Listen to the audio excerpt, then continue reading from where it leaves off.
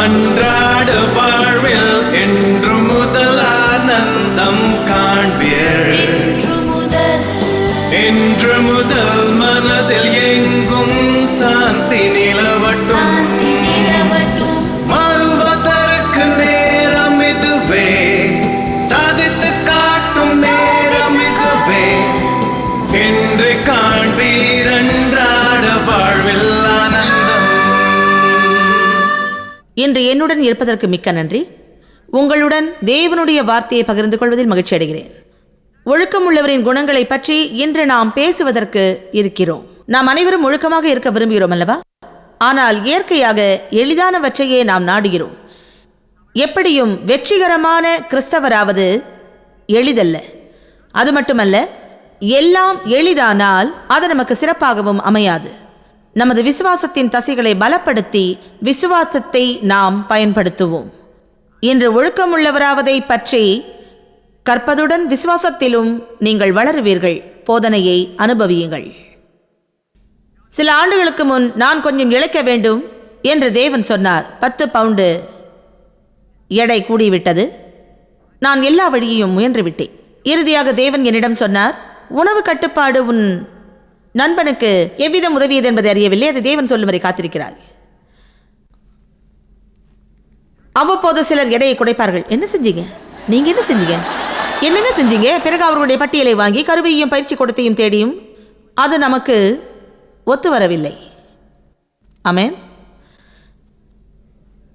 தேவன் மிக எளிதாக சில விஷயங்களை பேசினார். தேவையானதை மட்டும் சாப்பிடு, தேவையற்றவைகளை சாப்பிடாதே. சில காரணங்களால் அது எனக்குள் வீக்கத்தை ஏற்படுத்திற்று. நான் போய் சாப்பிட அமரும்போது எனக்கு எப்போதும் போல ஆகாரத்துக்கு முன்பாக ரொட்டியும் வெண்ணையும் கொடுப்பார்கள். எனவே நிச்சயம் நான் ரொட்டியை எடுத்து 2ஆக பிய்த்து வெண்ணையை தடவுவேன். பின்பு காதில் ஒலி கேட்கும், அது தேவையில்லை தேவையில்லை. இன்னும் சில நிமிடங்கள் பொறுமையாக காத்திருக்க பழகிவிட்டால் உணவு வந்துவிடும். போதிய அளவு உணவை உட்கொள்வதால் தேவையற்ற 200-300 கலோரி அளவு ரொட்டியையும் வெண்ணையையும் சாப்பிட வேண்டியதில்லை. ஆமென்.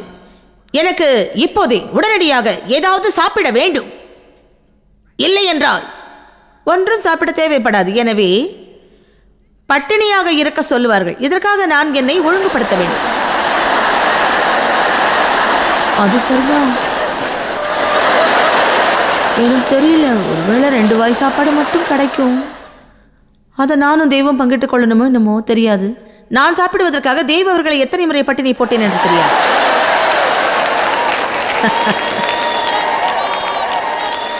கவனியுங்கள், எத்தனை பெண்கள் தங்களுக்காக ஆர்டர் செய்யாமல் கணவருடைய தட்டில் இருந்து எடுத்து சாப்பிடுகிறீர்கள்?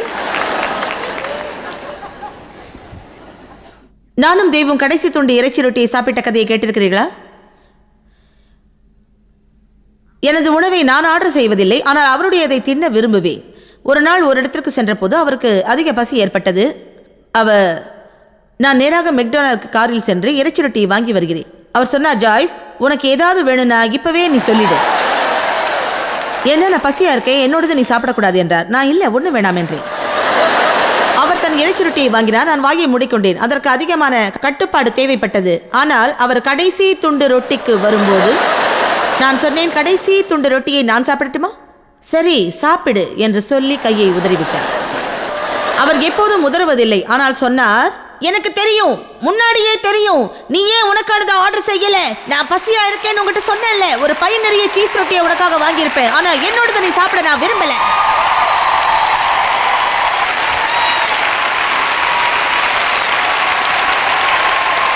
பிறகு நானும் கோபத்துடன், அவ்வளவுதானே, அதை வச்சுக்கோங்க, எனக்கு வேண்டாம். அவர் அந்த கடைசி துண்டு ரொட்டியை காரின் முன்பகுதியில் எரிந்துவிட்டு சாப்பிடு என்றார். நான் சாப்பிட மாட்டேன் என்றேன். உண்மையில் அப்போது நான் சொன்னதை உங்களுக்கு சொல்லக்கூடாது. நான் அந்த சூடான எஞ்சின் குளிர்ச்சி அடையும் வரை அதை சாப்பிட மாட்டேன் என்றேன். தேவ் அதை சொன்னார். தேவ் சொன்னார், அவர் தான் சொன்னார். அவர் சொன்னார், நான் சாப்பிட்றதுக்குள்ள குளிர்ந்துடும் என்றார். நான் சரி, நான் சாப்பிட மாட்டேன் என்றேன். அவர் சாப்பிடு என்றார். நான் சாப்பிட மாட்டேன் என்றேன். இங்கு இப்படி நாங்கள் முழுநேர ஊழியம் செய்கிறோம், உலகமெங்கும் சுவிசேஷத்தை அறிவிக்கின்றோம். ஆனால் டேஷ்போர்டு மேல் கிடக்கும் இறைச்சி ரொட்டி துண்டுக்காக எவ்வளவு பெரிய சண்டை போடுகிறோம்.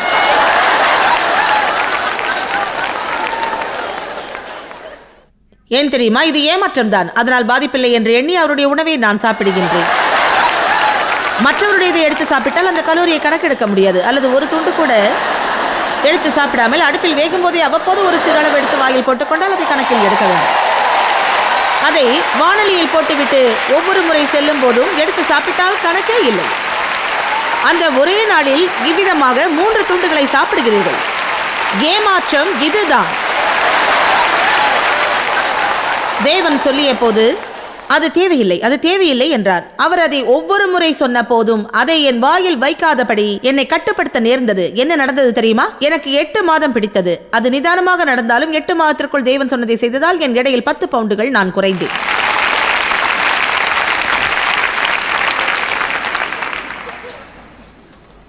பல இடங்களுக்கு சென்று பெரிய மாநாடுகளை நடத்த தேவனையே நம்புகிறேன். ஆனாலும் ஜெபித்து, படித்து, பிசாசை எதிர்த்து, சச்சரவுகளை விலக்கி, அமைதியாக வாழ்ந்து, சுத்த மனசாட்சியோடு செய்கிறேன். அது தேவனை விசுவாசிப்பது என்பதை மட்டும் கொண்டதில்லை, நாம் செய்ய வேண்டிய சில காரியங்களும் உண்டு. ஒரு கதையை உங்களுக்காக வாசிக்கிறேன். எத்தனை பேருக்கு ஐஸ்கிரீம் பிடிக்கும்? எத்தனை பேர் ஞாயிற்றுக்கிழமைகளில் இது போன்றவற்றை தவிர்த்து வாழ்வீர்கள்? சாக்லேட், ஐஸ்கிரீம், முந்திரி பருப்பு, மிட்டாய், இன்னும் இது போல எவ்வளவோ இருக்கு. சாக்லேட் கேண்டி வேண்டாமா? சாக்லேட் சாப்பிடலன்னா தலையே வெடிச்சிடும் என்பவர்கள் யார்? மக்கள் இவ்விதம் சொல்கிறார்கள், நான் ஒரு கேண்டியை கூட சாப்பிட மாட்டேன். அப்படி சாப்பிட்டா டப்பா முழுசையும் காலி செஞ்சிருவேன். என்னால் ஒரு சாக்லேட் சிப் குக்கியை சாப்பிட முடியாது. நான் சாப்பிட்டா பை பூராவும் சாப்பிடுவேன். ஒரு கதையை சொல்கிறேன். ஐஸ்கிரீம் பிடிக்குமா? நல்லது. இப்பொழுது கவனிக்கிறீர்கள். ஆம், எனக்கு ஐஸ்கிரீம் பிடிக்கும் என்று சொல்கிறீர்கள். அது என் பலவீனமாகும். ஐஸ்கிரீம் என்றால் வேண்டான்னு சொல்லவே முடியாது. உங்களால் வேண்டான்னு சொல்ல முடியுங்கிறேன். இல்லை, என்னால் முடியாதுங்கிறீங்க.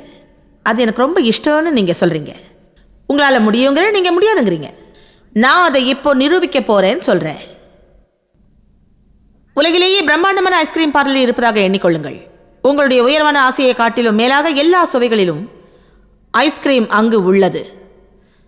கவுண்டரில் உள்ளவர் உங்களிடம் உங்களுக்கு என்ன வேண்டும் சொல்லுங்க, உடனே செய்து கொடுக்கிறேன் என்கிறார். நீங்கள் சொன்னதும் பெரியதும் அதிக கிரீம் உள்ளதும் வாழ்நாளில் நீங்கள் காணாத விதமான அந்த ஐஸ்கிரீம் மயக்கத்தில் உள்ளீர்கள். அதை உங்களிடம் ஒரு பெரிய ஸ்பூனுடன் கொடுக்கின்றார். இதுதான் என் கேள்வி. அந்த ஐஸ்கிரீமை கீழே போட்டு விடுவீர்களா? ஓ இல்லை இல்லை இல்லை இல்லை, இப்போது அது ரொம்ப நெருங்கிவிட்டது. வேறு வழியே இல்லை. என் நாக்கில் எச்சில் ஊறுகிறது, என் இதயம் துடிக்கிறது. அதை சாப்பிட்டு ஆக வேண்டும். சரி, இந்த கதையோடு இன்னும் சிலவற்றை சேர்த்துக்கொள்வோம். நீங்கள் ஒரு ஸ்பூன் நிறைய அதில் எடுத்து வாயில் போடும்போது கிளிக் என்ற ஒரு சத்தம். குளிர்ச்சியான ஒரு உலோகம் உங்கள் தலையில் படுகிறது.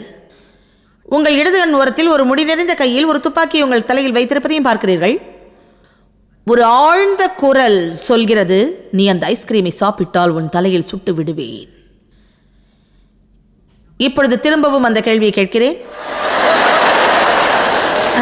இப்போது அந்த ஐஸ்கிரீமை கீழே போடுவீர்களா?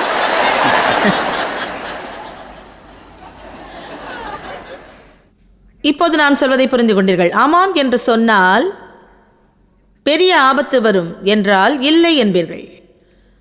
இவ்விதம் நினைத்துக்கொண்டு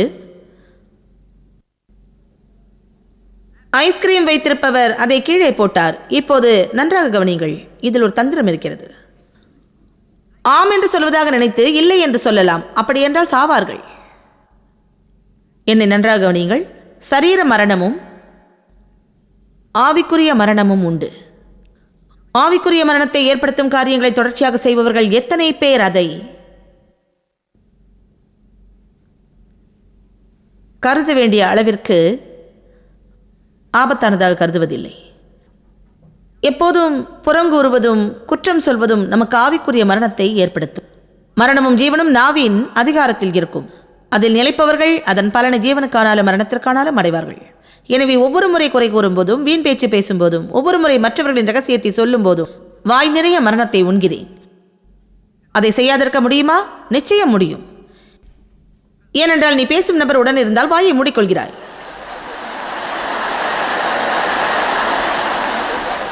நல்ல விஷயம் சொன்னாய் ஜாய்ஸ், நன்றி. இதுதானே உண்மை. விருப்பத்தின் சங்கதி இதுதான் நடக்க வேண்டும் என்று நினைக்கிறேன். நாம் இயேசுவிடம் தீவிர நேசம் உள்ளவர்களாக இருக்க வேண்டும். தீவிரமான அன்பு என்கிறேன். நாம் இயேசுவிடம் ஆழமான தீவிரமான அன்புடன் இருக்க வேண்டும். அப்போது அவர் சொல்வதை எல்லாம் நாம் செய்வோம். ஏனென்றால் அவரை துக்கப்படுத்துவதற்கு நாம் விரும்பவே மாட்டோம். ஆமென். நாம் அகப்படும் வரையில் காரியங்களை கொஞ்சம் கொஞ்சமாக செய்யும் பழக்கத்தை நிறுத்துவோம். நாம் நம்மை ஒழுங்குபடுத்தும் மக்களாகவும் மற்றவர்கள் வந்து நம்மை ஒழுங்குபடுத்தாத அளவிலும் நடக்க வேண்டும் என்று சொல்லுகிறேன். ஒழுங்கான மனிதனிடம் உள்ள வேறு குணங்கள் என்ன? முதலில் அவர்கள் 1 மைல் தூரம் அதிகம் செல்வார்கள். சென்றடைய வேண்டிய இலக்கை தாண்டியே எப்போதும் செல்வார்கள். மேலும் 1 மைல் செல்வார்கள். ஒழுக்கம் உள்ளவர் அவர்களிடம் பணித்ததை காட்டிலும் அதிகம் செய்வார்கள். தேவையானதை காட்டிலும் கொஞ்சம் அதிகம் செய்வார்கள். ஏனென்றால் எப்பொழுதும் அவர்கள் சிறப்பாக செய்ய நினைப்பார்கள், ஏனோ தானோ என்று அல்ல. மத்தேயு 25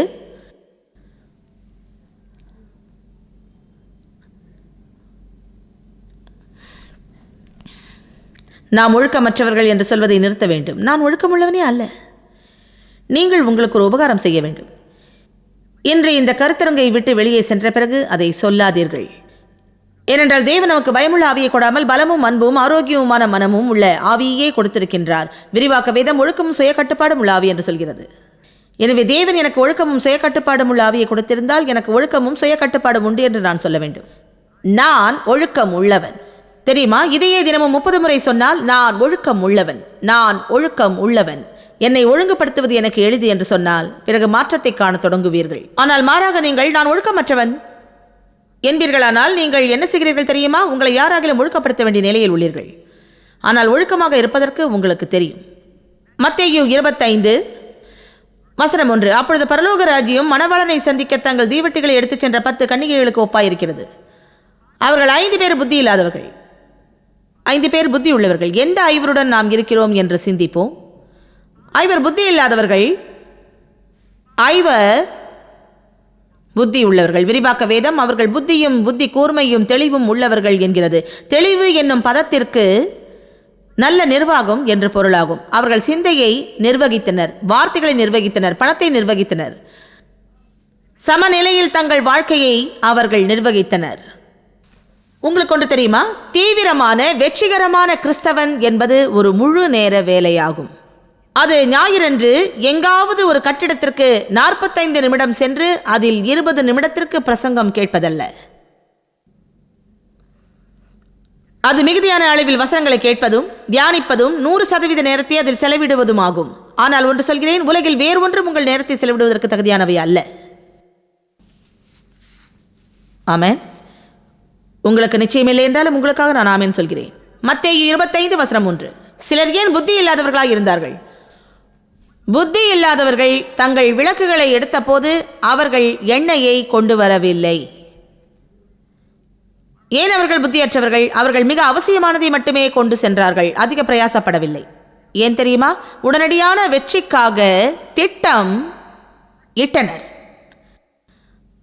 அது அதிக நேரம் செல்லாது என்று அவர்கள் நினைத்து கொண்டார்கள். நீண்ட நேரம் தேடுவதற்கு அவர்கள் தயாராக இல்லை. கொஞ்ச நேரத்திற்கு மட்டும் தேவையானவற்றை கொண்டு சென்றார்கள். ஆனால் புத்தி உள்ளவர்கள் அது நடக்கவில்லை என்றால் என்ன செய்வது என்று நினைத்தார்கள். நாம் விரும்புவதைப் போல அவர் சீக்கிரம் வராவிட்டால் ஐயோ எண்ணெய் தீர்ந்து போகுமே. எனவே ஒருவேளை இது தாமதமானாலும் இன்னும் கொஞ்சம் அதிகமானாலும் ஈடு செய்யும் வகையில் ஆயத்தமாய் செல்ல வேண்டும். ஒழுக்கமற்றவர்களுக்கு ஒன்றிலுமே பொறுமை இருக்காது. எல்லாம் எளிதாக விரைவாக நடக்க வேண்டும். அதிகமான எண்ணெயை கொண்டு வர மாட்டார்கள். ஆனால் புத்தியுள்ளவர்கள் விளக்குகளோடு தங்கள் புட்டிகளில் எண்ணெயையும் கொண்டு வந்தார்கள். மணவாளன் தாமதப்பட்டார். பாருங்கள், நிச்சயமாக அவர்கள் எதிர்பார்த்ததை விட அவர் தாமதமாய் வந்தார். மாய் மாய் மாய். பாருங்கள், ஒரு சிறிய வார்த்தை உங்களில் இருந்தால் இயேசு ஒரு அற்புதம் செய்யும் வரையில் நீங்கள் காத்திருப்பீர்கள். ஆனால் அவர் தாமதித்தால் நீண்ட காலம் காத்திருப்பதற்கு தேவையான ஆயத்தம் உங்களுக்கு இருக்காது. எனவே வார்த்தையை கேட்பதற்கு அவசியம் ஏற்படும் வரையில் காத்திருக்க கூடாது. ஆமென். எனவே சிலர் இன்று வெளியே வந்து ஓரளவு வெற்றியுடன் நீங்கள் வாழ்வீர்களானால் ஆயிரக்கணக்கான பெரிய பிரச்சனைகள் உங்கள் வாழ்வில் இருக்காது. எனவே அவசரமாய் வருகிறவர்களை காட்டிலும் தானாக மக்கள் வருவது கடினமாகும். உங்களுக்கு அவசரமானால் நீங்கள் லீவு போட்டுவிட்டு திருச்சபைக்கு செல்வீர்கள். அங்கே விடுதலை உண்டு என்று நம்புகிறீர்கள். நீங்கள் போராட்டத்தில் உள்ள போது என்ன வேண்டுமானாலும் செய்வீர்கள், ஏனென்றால் அதனால் நன்மை எதிர்பார்க்கிறீர்கள்.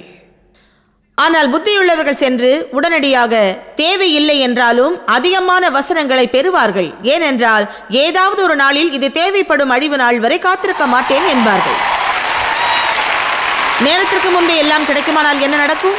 பிரச்சனைகள் நம் வாழ்வில் வந்து கொண்டும் போய்கொண்டும் இருக்கும். ஆனால் தேவைகள் எல்லாம் கிடைப்பதால் அதை உணராமல் இருப்பீர்கள். ஆமென். மணவாளன் வர தாமதம் ஏற்பட்ட போது அவர்கள் தலையை ஆட்டிக்கொண்டு தூங்க ஆரம்பித்தார்கள். ஆனால் நள்ளிரவில் ஒரு குரல், இதோ மணவாளன் வருகிறார், அவரை சந்திக்க ஆயத்தமாகுங்கள். பின்பு எல்லா கன்னிகைகளும் எழுந்து தங்களது விளக்குகளை பற்ற வைத்தார்கள். எப்பொழுதும் இதுதான் நடக்கிறது. புத்தி இல்லாதவர்கள் புத்தி உள்ளவர்களிடம்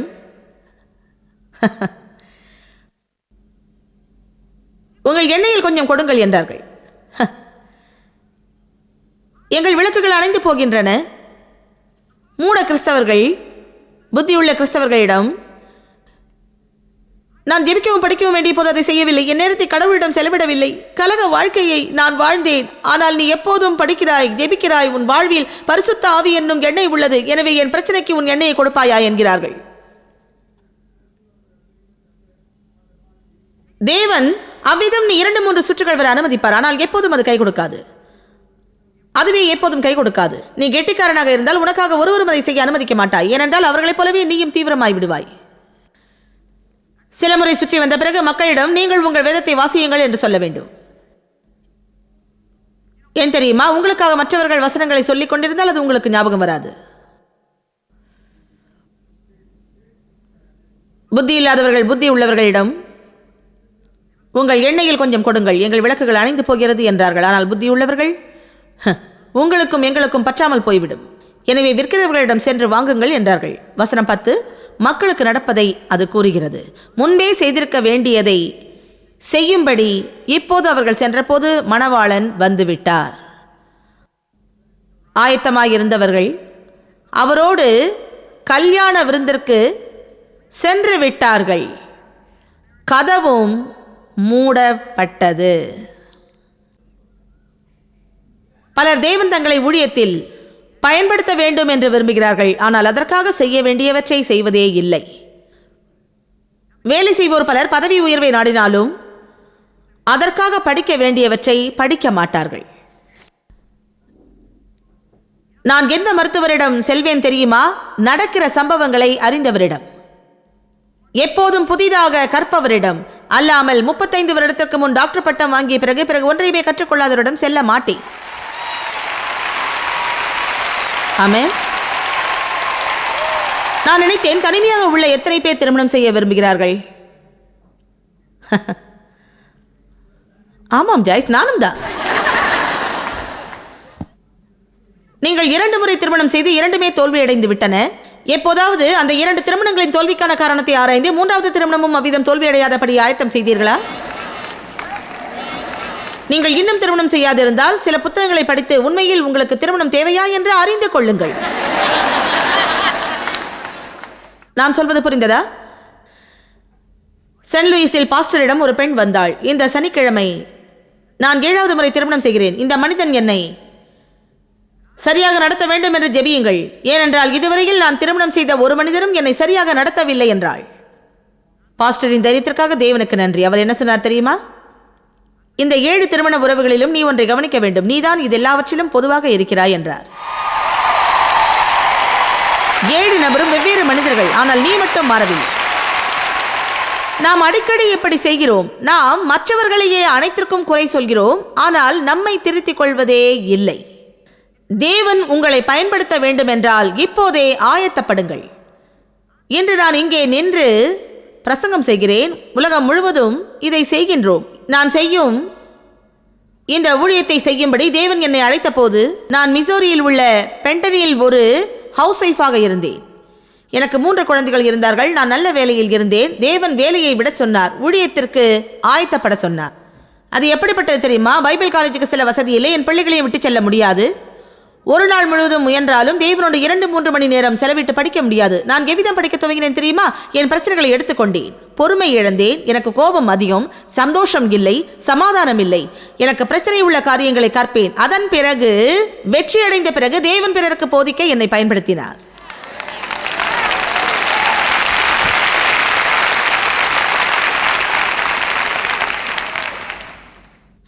ஒழுக்கம் உள்ளவன் விதைக்காமலேயே அறுக்க முயல மாட்டான். தனக்காக பிறர் உழைக்க வேண்டுமென எதிர்பார்க்க மாட்டான். ஒழுக்கம் உள்ளவன் வாய்ப்பின் கதவுகள் மூடப்படும் வரையில் பின்வாங்க மாட்டான். கதவு திறக்கப்படும் போது அதன் வழியாக செல்வார்கள். ஆமென். ஒழுக்கம் உள்ளவன் எளிதான வழியை தேர்ந்தெடுப்பதில்லை. ஜீவனுக்கு செல்லும் குறுகிய பாதையில் நிலைத்திருக்கிறார்கள். சென்ட் லூயிஸ் ட்ரீம் சென்டரில் எங்களோடு வேலை செய்யும் வாலிபர் சமீபத்தில் சொன்னார், நான் எனது வேலையின் இப்பகுதியை மிகவும் விரும்புகிறேன், ஆனால் இதன் பல பகுதிகளை நான் விரும்பவில்லை என்றார். நான் சொன்னேன், என்ன தெரியுமா, எல்லோருடைய வேலையிலும் அவர்கள் விரும்பாத பகுதிகள் உள்ளன. அவர் அதற்காக நான் என்ன செய்ய வேண்டும் என்றார். எனக்குள் வந்த காரியம், நீ வேலைக்கு போகும்போது கடினமானவற்றை முதலில் நீ புத்துணர்வும் தெம்பும் ஆகும்போது செய். பிறகு உனக்கு எளிதானவற்றை செய்ய இயற்கையான வேகம் தேவையில்லை. அதை நீ விரும்புவதால் அதுவே அதை செய்வதற்கு தூண்டுதலாக அமையும் என்று நான் சொன்னேன். கடினமான வேலைகளை முதலில் எடுத்து புத்துணர்வோடு இருக்கும்போது செய்யுங்கள். அவர் சொன்னார், இதை பற்றி நான் நினைக்கவே இல்லையே. மக்கள் என்ன செய்கிறார்கள் தெரியுமா? கடினமானவற்றை பின்பு செய்யலாம் என்கிறார்கள். ஆனால் ஒழுக்கம் உள்ளவர்கள் கடினமானவற்றையே முதலில் செய்கிறார்கள். நீங்கள் விரும்பினாலும் விரும்பாட்டாலும் அதுவே சரியானது.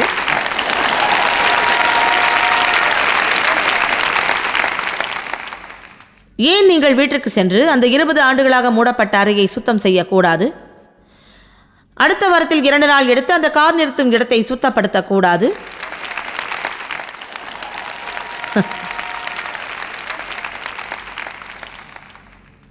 அடுத்த வாரத்தில் ஏன் நீங்கள் 20 வருடமாக பார்க்காத அந்த உடற்பயிற்சி சாதனங்களை பயன்படுத்தக்கூடாது?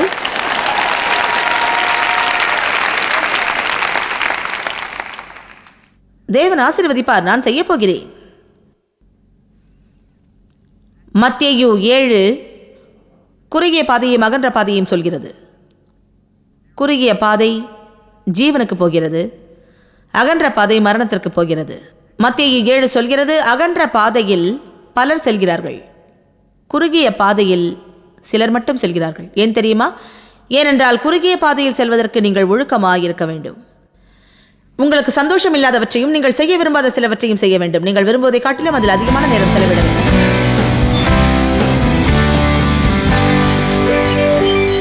நாம் அனைவரும் தேவனின் பங்காளிகள். இப்படி நினைப்பது அற்புதமான எண்ணம். அது ஒரு பொறுப்பும் கூட. கர்த்தருக்கு பங்குண்டு, தம் பங்கை அவர் என்றும் நிறைவேற்றுவார் என்று உறுதியாயிருக்கலாம். ஆனால் நமக்கும் பங்குண்டு, நம் பங்கை செய்ய வேண்டும் என்ற உணர்வு நமக்கு என்றுமே இருப்பதில்லை. நாம் செய்ய வேண்டும் என்று அறிந்ததை செய்ய நம்மையே நாம் நெறிப்படுத்திக் கொள்ள வேண்டிய தருணங்கள் அநேகமானவை நமக்கு இருக்கிறது. நீங்கள் அறிந்திருப்பதை காட்டிலும் ஜாய்ஸ் மேயர் ஊழியங்களில் நீங்கள் மிக முக்கியமானவர்கள். இந்த உலக ஊழியத்தை சாத்தியமாக்குவதற்காய் உங்களை பாராட்டுகிறோம். நண்பர்களுக்கும் பங்காளர்களுக்கும் நன்றி கூறுகிறோம். நாம் இணைந்து பசித்தோர்க்கு உணவும், ஏழைக்கு உடையும், தேசங்களுக்கு நற்செய்தியும் வழங்குகிறோம். உங்கள் ஜெப வேண்டுதல்களை பகிர்ந்து கொள்ள, ஆதாரங்கள் குறித்து மாநாட்டு விவரங்கள் காண, உலகமெங்கும் கிறிஸ்துவின் அன்பை பகிர்ந்து கொள்ள எங்களுடன் பங்காளர்களாக எங்களை தொடர்பு கொள்ளுங்கள் அல்லது jmmindia.org லாக் ஆன் செய்யுங்கள்.